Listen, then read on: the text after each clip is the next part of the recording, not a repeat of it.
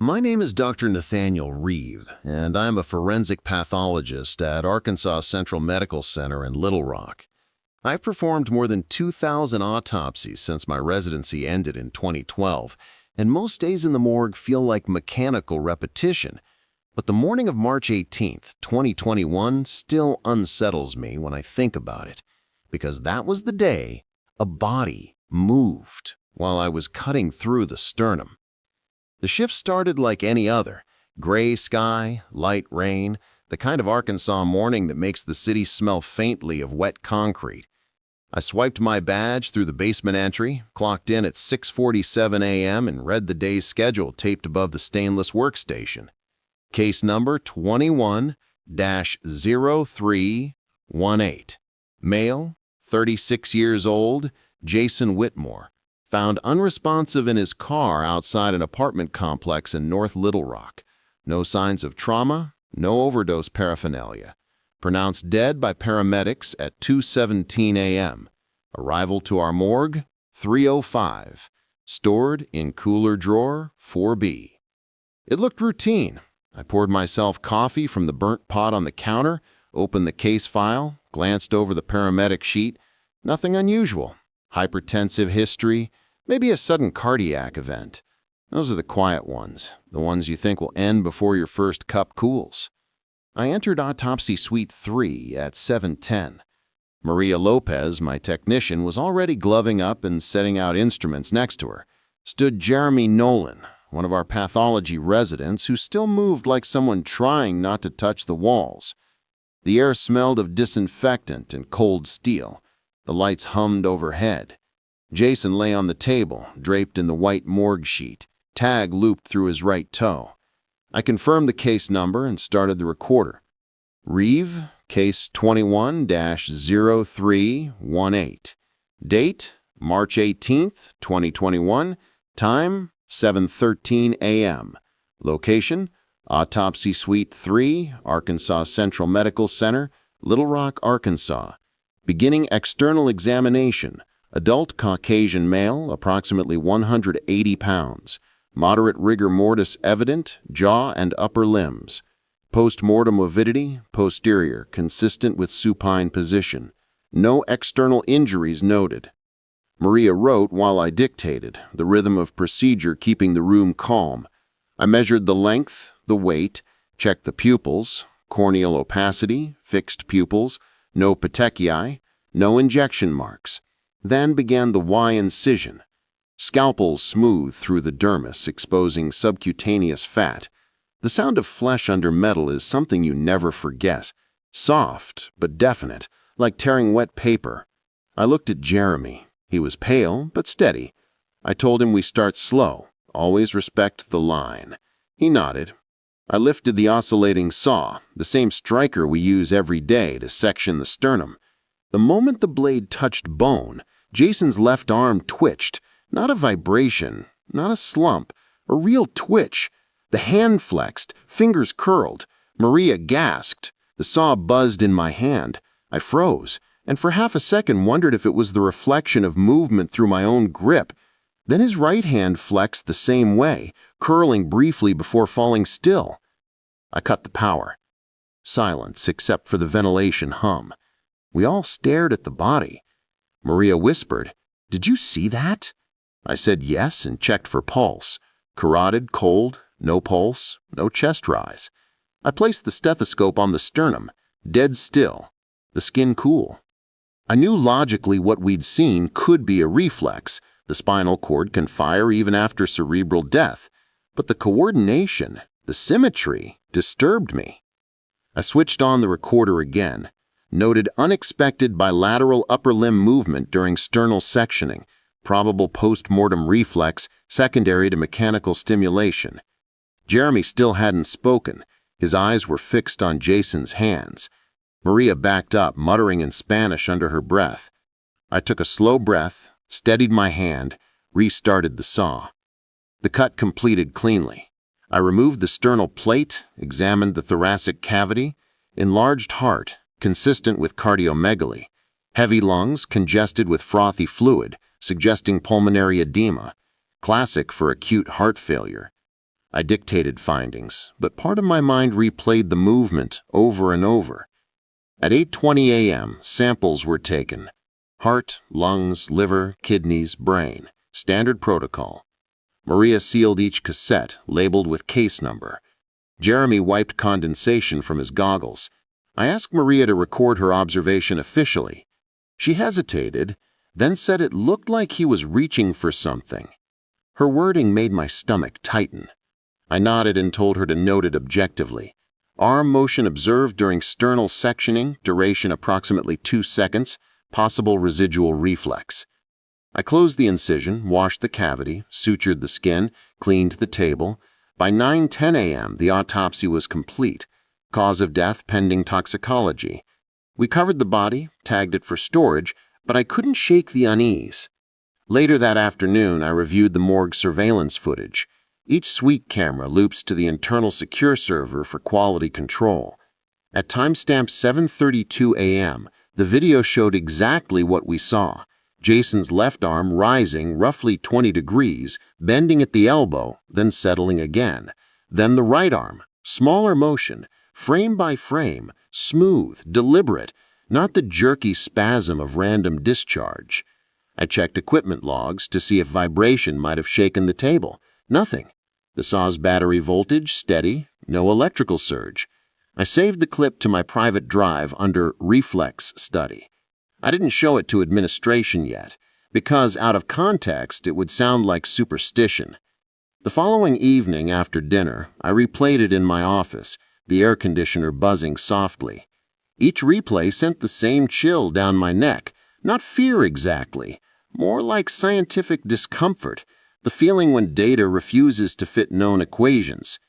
I told myself it had to be residual adenosine triphosphate discharge, maybe augmented by the mechanical resonance of the saw. Maybe the muscle fibers along the pectoral girdles still had localized energy stores even after hours of death. But watching it again made that explanation feel thin. By Saturday, the case should have faded like all others, but I caught myself rereading my field notes at midnight, unable to sleep. There was something profoundly humbling in that movement, as if life was reminding us that biology doesn't switch off neatly at our convenience. People think death is an instant, but in reality, it is a process, a gradient that passes through the nervous system, muscle by muscle, cell by cell, sometimes leaving a whisper behind. I didn't talk about it to my colleagues, not yet. I just added one quiet line at the end of the report. Movement observed during sternal sectioning, determined to be physiological reflex, not indicative of vitality. Case closed. That's what I wrote. But in my mind, it remained open. If you found this story gripping, don't forget to subscribe for more true-to-life medical experiences, and comment below if you'd like me to share what I discovered when I rechecked the morgue equipment logs the next morning, because that was the day I realized something deeper was happening behind that motion, something completely explainable, yet far stranger than superstition. I didn't sleep that night. Every time I closed my eyes, I saw that faint twitch, that single movement that had made every rational part of my brain freeze. The morgue of Arkansas Central Medical Center wasn't new to me. I'd seen hundreds of bodies, burn victims, crash victims, people who'd been gone for hours before they were found. But never had I seen one move after being declared dead, properly pronounced, tagged, and stored. At 5:12 a.m., I gave up pretending to sleep and drove back to the hospital. The air was cold and sharp, carrying that metallic tang only hospitals have before dawn. When I reached the basement corridor leading to the morgue, the hum of the refrigeration units echoed faintly, rhythmic, like a slow mechanical heartbeat. Inside, the lights flickered on as I passed under the sensors. The stainless steel tables gleamed. The smell of formalin and antiseptic hit me instantly. Clinical, cold, familiar. And yet that morning, it felt heavier. The cadaver was still there, on the same slab, covered with the white sheet I had thrown back the night before. I walked closer. The tag still read, Mary Ann Langford, 68, female, time of death, 1932. Everything about her looked the same, except the subtle angle of her hand. It was resting slightly different from where I remembered. That was impossible. I told myself memory played tricks. I had been tired, shaken, but something inside me whispered otherwise. I took out my stethoscope, feeling ridiculous for even considering it, and placed it gently against her chest. Silence. No heartbeat, no air movement, no sound, just the distant buzz of the refrigeration fans. I went to the morgue technician's logbook. According to the night record, no one had entered since my shift ended. Security footage would confirm that, but first, I needed to understand what I saw scientifically. I rolled the body slightly, examining the muscles, the skin, the tension of her limbs. Rigor mortis was partially resolved. That caught my attention. In normal conditions, rigor mortis, muscle stiffening after death, sets in within 2 to 6 hours and resolves around 36 to 48 hours. But temperature, environment, and metabolic conditions can alter that. Mrs. Langford had died from Clostridium perfringens sepsis, gas gangrene, a bacterial infection notorious for rapid decomposition and postmortem muscle contractions. That, I realized, could explain the twitch. I checked her chart. Indeed, her infection was systemic, producing massive gas accumulation under the skin. Postmortem, as bacteria continue metabolizing glucose, gas pockets expand, sometimes causing visible movement, limbs jerking, fingers curling, even eyes opening. I had read about it once in a forensic pathology seminar, but never witnessed it firsthand. Still, something didn't fit. Gas movement typically affects soft tissues, not precise, isolated twitches like the one I saw. I needed to be sure. I removed the sheet completely and observed. Her abdomen was slightly distended. The skin showed faint marbling, the pattern of greenish veins spreading beneath the surface, classic for early putrefaction. When I gently pressed her upper arm, I felt a crackling sensation under my glove. Crepitus, trapped gas beneath the tissue. The science was lining up perfectly. But then, as I turned to note my findings, a faint sound came from the stainless drawer beside me. A soft, metallic shift, like something settling. My pulse quickened. I told myself it was just temperature contraction. Metal expands and contracts under cold and humidity. I forced myself to keep writing. Yet that whisper of unease didn't leave. Around 6:30, the pathology assistant, Dana, entered. "You're here early, Dr. Reeve," she said, startled to find me in the dim morgue alone. I told her what happened. She froze for a moment, then exhaled sharply. "You're not the first to see that," she murmured. She told me about a case 2 years prior, another patient with gas-forming infection, whose arm had risen slightly post-mortem, right in front of a nurse. They had to log it as post-mortem muscular contraction secondary to bacterial gas expansion. No supernatural explanation, no miracle, just the chemistry of death. Still, the nurse never returned to that unit. We ran a quick scan on the cadaver. CT imaging showed gas pockets throughout the muscle planes, especially near the diaphragm and shoulders, explaining the subtle hand movement I had witnessed. Rationally, the mystery was solved. But emotionally? Not quite. Because as we prepared to transfer the body for autopsy, I noticed something else. The eyes, which I remembered being closed, were now slightly open. Just enough for a sliver of cornea to catch the morgue light. I froze. Dana saw it too. "Gas buildup," she said immediately, though her voice trembled. "Pressure changes in the orbit." We both knew she was right. We both also knew it didn't make it easier to look at. By 9 a.m., when the sun had fully risen, the morgue no longer felt haunted. It felt fascinating. I had seen something rare, something textbooks describe, but doctors almost never witness firsthand. I documented everything meticulously, labeling it as post-mortem muscular activity in the context of Clostridium perfringens infection. Before I left, I took one last look at Mrs. Langford. In life, she had been a victim of infection. In death, her body became a classroom of strange science, one that reminded me that death isn't as still as we imagine. Still, that night, when I walked down the same morgue hallway, I couldn't shake the feeling that some movements, no matter how logical, don't belong in silence. By mid-morning, the autopsy suite was ready. Stainless trays gleamed under the white fluorescent lights.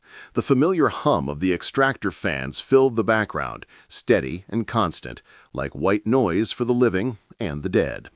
I tied my gown, adjusted my face shield, and motioned for Dana to start the recorder. Every procedure at Arkansas Central Medical Center's morgue was logged in real time, visuals, audio, and transcription. At 10:03 a.m., I dictated, Autopsy of Langford, Marianne, female, 68 years old, performed by Dr. Nathaniel Reeve, assisted by Dana Morales.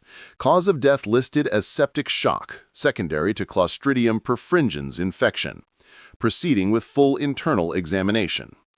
I lifted the scalpel, and for the briefest second, I hesitated. The same hesitation that had crept into my hands the night before. But habit won. The blade made its familiar Y-shaped incision from both shoulders down to the sternum and then to the pubic symphysis. The sound was soft, like cutting through thick fabric, followed by the dull resistance of muscle tissue. I reminded myself, she was gone. The body doesn't feel, doesn't react. Still, when I reached the sternum, the air inside the cavity hissed faintly, as if something exhaled. I froze again. Dana looked at me over her mask. "Gas escape," she said quietly. She was right. Gas, not breath. I nodded and reached for the striker saw. The moment the saw touched the bone, a jolt ran through my arm. The sternum vibrated against the blade with more resistance than usual. And then it happened. Her left hand twitched. Not once, twice. A small, jerky motion, almost reflexive. The saw stopped midline. The room went utterly still except for the distant hum of the refrigeration units. I could hear my own heartbeat thudding in my ears. I dropped my gaze to the body. Muscles relaxed again, perfectly still, lifeless. I swallowed hard, lifted my voice to the recorder, and said, "Observed minor upper limb contraction during sternal sectioning, likely secondary to postmortem gas release or residual muscle excitability." That was the correct clinical explanation. That's what I had to say. But inside, I couldn't deny what it looked like. A living flinch. Dana stepped closer, eyes wide behind her goggles. "Do you want to pause the procedure?" she asked quietly. I shook my head. "No, we continue." I picked up the saw again and completed the cut. The sternum separated cleanly with a pop as I lifted it away, exposing the thoracic cavity. A strong, sour odor filled the air, the unmistakable scent of gas gangrene and tissue decay. It was pungent enough to make the eyes sting even through a mask. Inside, the lungs were blackened at the bases, with patches of greenish gas bubbles under the pleura. The heart was enlarged, flaccid. The liver showed cloudy swelling. Every organ told the same story: septic shock and multi-organ failure. But something about her heart caught my attention. It looked distended, ballooned beyond what simple sepsis could cause. I made a careful incision and was met with a hiss, gas escaping again. It startled Dana, who stepped back instinctively. The gas smelled faintly sweet, almost metallic. Inside, the heart chambers contained streaks of frothy dark red blood, typical of bacterial gas formation. I dictated each finding, noting presence of intravascular gas consistent with Clostridium perfringens proliferation. Science explained everything so neatly, yet it couldn't explain why I couldn't shake the feeling that she was fighting to breathe, long after she couldn't. The mind plays tricks when it wants patterns in chaos. I knew that, but reason doesn't silence imagination. We proceeded to open the abdominal cavity. The intestines were ballooned, distended with gas. The mesentery crackled under my gloves. When I lifted the liver, a soft bubbling sound came from within, tissue gas pushing through vascular channels. I spoke each observation into the recorder with mechanical precision, but my tone had shifted, slower, more deliberate, as if afraid to disturb something that might stir again. Dana noticed. "You okay, Doc?" she asked quietly. I nodded, lying. Around 11:22 a.m., as we were about to weigh the organs, the power flickered for half a second. The extractor fans stuttered. The light dimmed, and in that half-second silence there was a sound. A small, dry gasp from the open body cavity as trapped air escaped upward through the trachea, creating an uncanny, rasping, breath-like noise. I froze again, my hand halfway to the scale. Dana whispered, "Jesus, that sounded—" I cut her off. Pressure release, that's all. But I couldn't look away from the mouth, slightly ajar, now seeming wider than before, the illusion of exhalation. Even knowing the science, it made the hair on my arms stand up. Once the power stabilized, I finished the procedure. The cause of death was clear: overwhelming sepsis due to C. perfringens, leading to rapid decomposition and intravascular gas formation. I documented it thoroughly, even noted the unusual muscular movement observed during dissection. Cases like these were rare, maybe 1 in 1,000, but they happen. Bodies don't always follow the expected timeline. Sometimes decomposition starts before the soul's echo fades. When the autopsy concluded, we cleaned the instruments and prepared the organs for tissue sampling. Dana quietly disinfected the slab while I dictated the final remarks. Body to be released to the family following standard decontamination protocol, I said. My voice echoed slightly in the tiled room. The air felt heavy, thick with the smell of phenol and mortality. Before we zipped the body bag, I glanced one last time at her face. Something in the expression seemed different. Less slack, less empty. Maybe just a trick of the light, or my imagination trying to attach meaning where there was none. Still, I found myself whispering, "Rest now, Mrs. Langford." Dana looked up, surprised. "You don't usually talk to them," she said softly. "No, but sometimes it feels wrong not to." We sealed the bag, tagged it, and logged the case as completed. The moment the zipper closed, the sense of unease that had lingered all morning seemed to fade. Science had reclaimed its territory. Mystery had no room left here. Or so I thought. That night, as I walked through the empty hospital corridor towards the exit, my phone buzzed. It was a message from the pathology office. "Dr. Reeve, the family of Mrs. Langford requested to view the remains before cremation tomorrow morning. Please confirm if the autopsy area is clear for re-entry." I typed back, "Yes, clear, body secured." I slipped the phone into my pocket and pushed open the morgue doors one last time, just to be sure. The lights were dimmed, the air colder than usual. The bag lay on the central table, still sealed. But as I turned to leave, I heard it. Soft, almost imperceptible, a faint rustling from inside the bag, like the whisper of shifting plastic. I froze mid-step, staring. Seconds passed. Silence returned. Probably air pockets collapsing under temperature change, I told myself. Just gas, just science. Always science. And yet, even as I left the morgue and turned off the lights, I couldn't shake one thought that refused to die. Just like that strange twitch that started it all. What if, just once in a lifetime, something in the borderland between life and death decides to move, not because of gas or reflex, but because it isn't entirely ready to stop? The next morning, I arrived at Arkansas Central Medical Center earlier than usual. The sun hadn't fully risen. The sky outside the hospital was a pale gray, streaked with that colorless light that makes everything look like it's waiting to wake up. I took the elevator straight down to the basement level. The morgue always had a different temperature, a different atmosphere, like time slowed there, waiting for paperwork to catch up with eternity. The Langford family had requested a brief private viewing before cremation. Normally, we conducted those in the small viewing room adjoining the autopsy suite, sterile but arranged with soft lighting, a single floral arrangement, and the kind of silence people confuse for peace. Dana met me at the door, already in scrubs, holding the checklist. "They'll be here in 30 minutes, she said. I nodded and went in to check the body. The room was cold, the hum of the refrigeration units constant. The white bag lay exactly as we'd left it the previous night, still sealed, tag number intact. I unzipped it halfway, enough to verify everything was in order. Mrs. Langford's face was pale gray now, lips slightly parted, eyes closed again. The postmortem changes had advanced overnight. Some greenish discoloration along the abdomen, minor skin slippage near the forearm.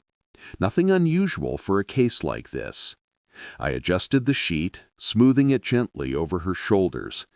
I'd learned that even small gestures like that mattered when families came. Death didn't erase dignity. By the time the Langfords arrived, her son, 2 daughters, and an elderly man who looked like a brother, the morgue lights had been dimmed to a soft yellow. They entered quietly, as most families do, faces drawn, eyes heavy. "Dr. Reeve?" her son asked. I introduced myself, explaining briefly what had been done, how she'd died peacefully despite the infection, how her organs were now part of the hospital's pathology record to help us understand such infections better. People find comfort in believing something good comes out of loss. He nodded numbly, gripping the strap of his shoulder bag like it was keeping him anchored to the moment. I pulled the sheet back just enough to reveal her face and upper chest. "You can say your goodbyes," I told them softly, stepping aside with Dana. The family gathered close. The eldest daughter whispered something I couldn't hear. Her voice broke midway, and the sound of quiet sobbing filled the sterile air. In those moments, even a morgue feels human again. I stood back, arms crossed, eyes down, trying not to intrude.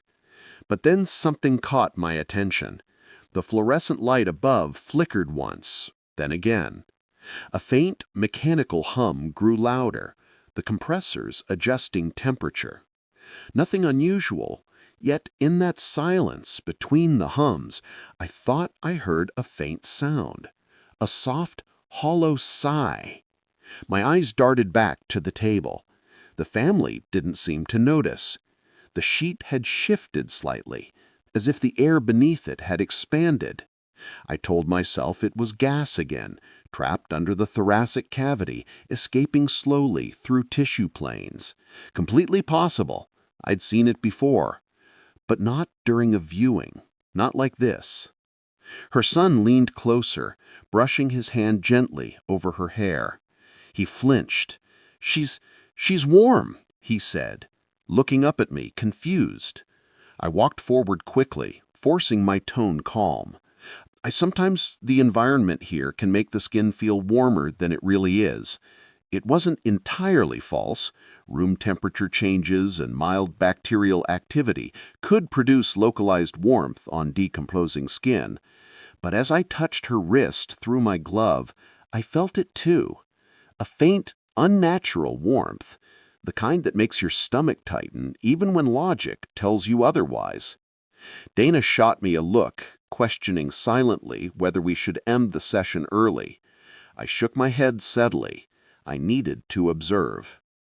Her brother, trembling slightly, began to pray under his breath. The daughters stood shoulder to shoulder, eyes red and glistening. Then came a sound, a quiet, wet pop from within the chest, like air shifting through fluid. The eldest daughter gasped. "Did she just—" She couldn't finish. I stepped forward immediately, keeping my voice steady. "It's normal," I said, though my throat had gone dry. Postmortem gases sometimes escape from the lungs or chest cavity. It can sound like breathing.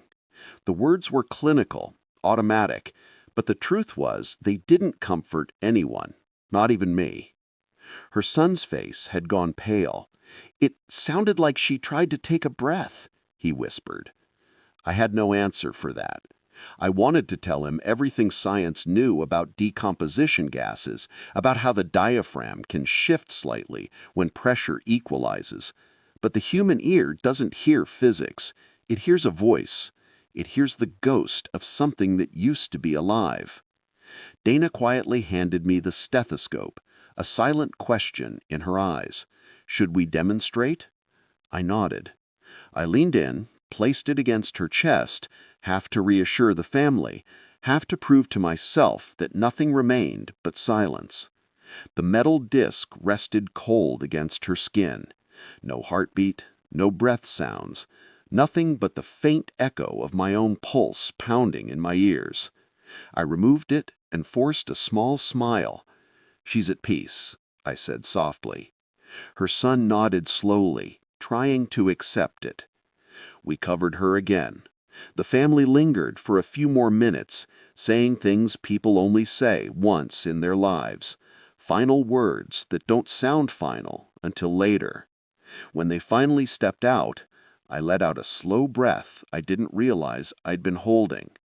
Dana exhaled too, muttering, "That was the most intense viewing I've ever had." I nodded, still staring at the sheet. The faint impression of the family's touch was still visible on the linen. "Temperature change, gas displacement. It explains everything." Dana didn't respond. After they left, we began disinfecting the table again. I logged the case as ready for release, pending cremation authorization. I wrote, "Observed minor postmortem gas release during family viewing, documented as non-vital activity consistent with decomposition." A technical note for something that felt anything but technical. When we finally sealed the bag again, I told Dana I'd stay a few minutes longer to update the report. She left, closing the door behind her. The silence returned, heavy and absolute. I sat at the desk, typing notes into the system, when I heard it again, that same faint rustle from the table. I turned, expecting to see the sheet settle. It didn't. It moved slightly, like a pocket of air trapped beneath it was rising, slowly toward the face. I stood there for a long moment, not breathing, waiting. The sound stopped. The sheet lay still. That night, I couldn't stop thinking about her son's words. "She's warm." Maybe it was coincidence. Maybe the fluorescent light, the airflow, the timing of decomposition, all perfectly explainable. But I've performed hundreds of autopsies, seen every postmortem phenomenon in the book, and still that morning felt different. It was the kind of moment that burrows into your memory, not because it defies science, but because it reminds you that science never tells the full story. The next day, when the cremation confirmation came through, I signed the paperwork without hesitation. But as I did, I realized something unsettling. Every case leaves behind data, numbers, tissues, slides, yet this one left behind a question, and that question felt alive. The next morning was clear and cold, the kind of Arkansas morning where the air feels sharp enough to slice through thought. I parked behind the hospital, near the service corridor that led to the pathology wing.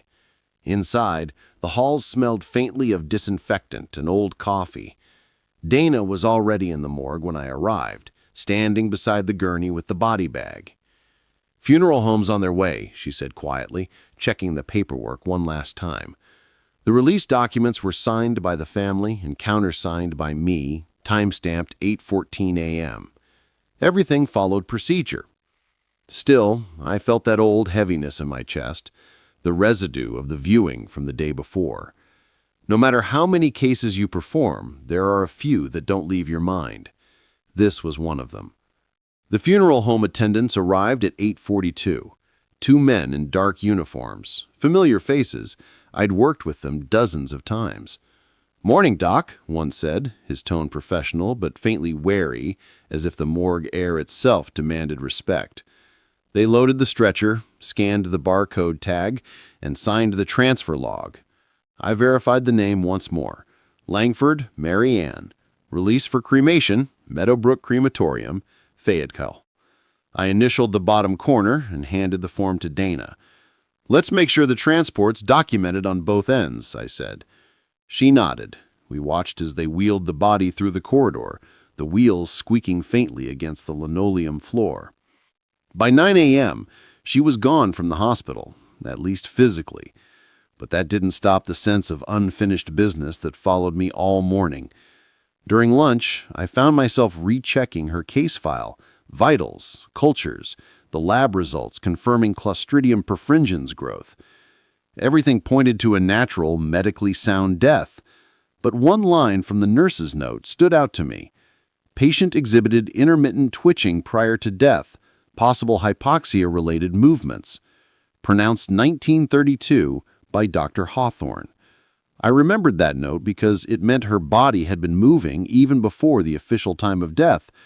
The bacteria had already started producing toxins, gas, and metabolic energy while she was still fading.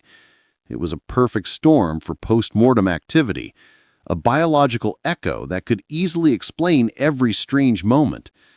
At least, that's what I kept telling myself. By evening, around 5 p.m., my phone buzzed. It was a number I didn't recognize at first, but when I answered, the voice on the other end sent a chill down my spine. "Dr. Reeve, this is Carl from Meadowbrook Crematorium. We've got a small issue." I straightened instantly. "What kind of issue?" I asked. There was a short silence before he continued. "When we started the preheat cycle, the temperature sensors showed pressure fluctuations inside the chamber. Nothing dangerous, but unusual. Thought you should know since it's one of your hospital cases." My mind immediately went to gas buildup. "Pressure changes?" I repeated. "Could be trapped decomposition gases expanding under heat. Was the body refrigerated properly before transfer?" He confirmed it was. "But, he added hesitantly, it wasn't just the pressure. We heard something. Probably air escaping, but it sounded like—" He trailed off. I closed my eyes, pinching the bridge of my nose. "A sigh?" I said quietly. He exhaled audibly through the phone. "Yeah, you've heard that before?" "Yes," I lied. "Common with gas-forming infections, perfectly normal." He didn't sound convinced, but he accepted it. Still, once the call ended, I sat there staring at my phone, the sterile, white walls of the office closing in around me. The rational explanation made sense, but that word sigh wouldn't leave my head. The next day I drove out to Meadowbrook myself. The facility was small but efficient. Gray concrete walls, a single cremation chamber, the air outside faintly tinged with the smell of burnt incense and faint smoke. Carl met me near the loading bay, clipboard in hand, looking uneasy. He said, "We completed the cremation last night. Everything processed normally after that first fluctuation. But Doc, you should see this." He led me to the control room where a monitor showed thermal readings from the previous night's burn cycle. A thin, red graph traced temperature over time. "Here," he said, pointing to a small spike at the start of the process. "See that jump? That's pressure increasing fast, then dropping again about 3 minutes in. Chamber temp was only 300 degrees then. We've seen gases expand, sure, but not like this." I leaned closer. The spike wasn't huge, but it was sharp, sudden. Could have been air pockets rupturing inside the body. Once the heat hit, it expanded fast, then vented. That would cause a temporary increase. Carl nodded slowly, though his expression said he wasn't fully satisfied. He said, "There's something else." He pulled up another file. He turned up the volume on a short audio clip from the chamber's internal mic, a recording triggered automatically during malfunctions. For a few seconds, there was just static, then a faint, hollow sound, soft, drawn out, eerily human, like breath forced through dry lungs. I felt every hair on my neck rise. "Gas escaping," I said firmly, my voice sounding more confident than I felt. "Trachea, expansion, that's all." Carl looked at me like he wanted to believe that. "Sure, Doc. Science, right?" he said finally. I gave a tight nod. "Always." Before leaving, I signed the final verification, cremation complete, remain secured, case closed. But I couldn't shake that sound. It had weight to it, a tone that felt deliberate, almost shaped by intent. Driving back to the hospital, the afternoon light flickered through the trees, and for a second, the shadows across the windshield looked like ribs, like the image of her chest as I'd cut it open. It made my grip tighten on the wheel. I told myself again what I knew to be true. Bodies move after death. They sigh, they twitch, they react. None of it means anything beyond chemistry and physics. But somewhere deep inside, beneath the part of me that loved data and logic, something else whispered, something older, that maybe sometimes when a person dies violently or in agony, the body remembers what the brain has forgotten. That night, I went back to the morgue. It was empty, cold, still. I walked to the autopsy table, the same one where Mrs. Langford had lain. I ran my hand across the metal, smooth and lifeless now. The sound of my glove against the steel echoed faintly.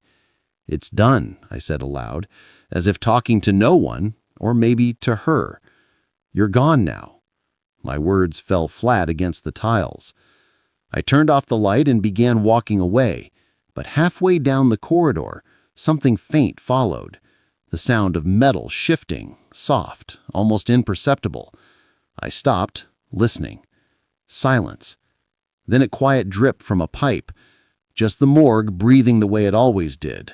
Still, as I left that night, I couldn't ignore how cold the air felt against my neck, as if something unseen had exhaled behind me one last time. At home, I opened my case log. Case number 22317, Langford, Mary Ann. Status: closed. Notes: postmortem movement observed, consistent with gas expansion. Final disposition: cremation complete. I hovered over the finalize button for a long time before clicking it, and as the screen went blank, I realized I hadn't truly finished anything, because the truth wasn't that the body had moved, it was that it had made me move.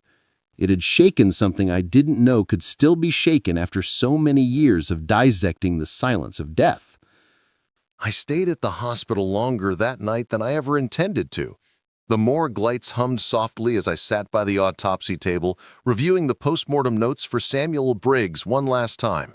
His heart had stopped, his organs told the story of a sudden blockage, and his vitals confirmed the timeline beyond question. Yet that small, inexplicable motion beneath my scalpel remained the one detail that defied every law I'd ever learned. I replayed the security footage for the 6th time. The camera showed me leaning over the table, beginning the sternotomy. The next frame showed my hand recoil. But the motion in the footage looked nothing like what I remembered. It was subtle, barely perceptible, a ripple, a vibration, a single tremor along the upper thorax, as if a pulse had passed through the air, not the body. I zoomed in on the timestamp, 10:46 a.m., exactly when a freight train passes 300 yards west of the hospital. The vibration theory made sense. The rail line was old, the resonance sometimes carried into the lower floors, and the steel autopsy table could have transferred that shock. It explained the movement, rationally, completely.